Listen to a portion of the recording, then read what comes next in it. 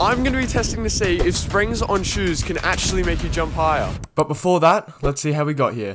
Firstly, I've got to ride 7 kilometers to the shops to buy the springs. So whilst I'm absolutely pacing it through these streets, let me give you some backstory. So throughout the years, there's been many questions I've wanted to know the answer to, like, is water wet? Or what came first, the chicken or the egg? And one of these questions happens to be, do springs on shoes actually make you jump higher? And I'm pretty confident when we test them out, they will work. So to make this happen, I brought Teddy along to help me with these 3 steps. 1, buy the springs. 2, put the springs onto the shoes. And then 3, test them out.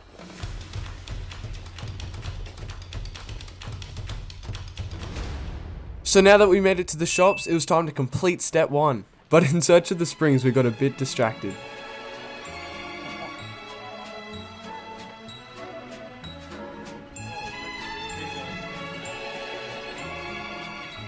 I mean, come on, look at these doors. They look absolutely insane. Teddy farting made me realize why we came here in the first place. It was to get the springs, and I became a man on a mission. I hope you heard that on the camera.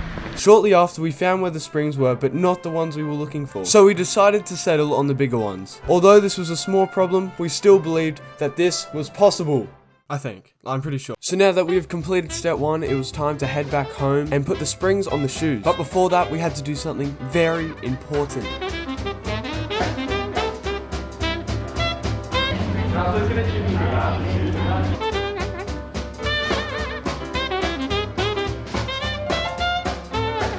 While Teddy and I were completely devouring these kebabs, I was thinking about how high I would be able to jump with the spring shoes. For example, a frog can jump 1 foot off the ground, a horse can jump around 3 feet off the ground, and Michael Jordan could jump 4 feet off the ground.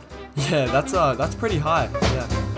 That's what I thought anyway, until I found out that a tiger could jump 13 feet off the ground. And I'm gonna beat that. Yeah. And with all the confidence in the world, we finished the kebabs and started on step 2, putting the springs onto the shoes. To make these shoes, I wanted to do it the simplest way possible with the 6 springs. So we thought of a couple of designs, but the one we went with was the one with 3 springs at the top of both shoes. So now it was time to strap it up with tape. Damn, that sounded so cool. Although this is an exaggeration, we did use a lot of tape. With step 2 now complete, we only had one thing left to do, test them out. So first we found out how high I could jump without the springs on my shoes, so we could compare the difference in height with and without the springs. The jump I did with no springs on my shoes, I managed to get up to about here. So I measured from the ground up to the line and it was 24 inches, which equals 2 feet. And that isn't bad, but if the springs work, I'm expecting to be able to jump over moving cars. Now that we know how high I can jump with no springs, let's test the difference with them on. As you can see, I'm struggling to get into the shoes. For some reason, we thought it would be a genius idea to wrap the tape around the shoe. Now to answer the question we've been leading up to the entire video. Do springs on shoes make you jump higher? Well, ladies and gentlemen, we're about to find out. Play the dramatic music.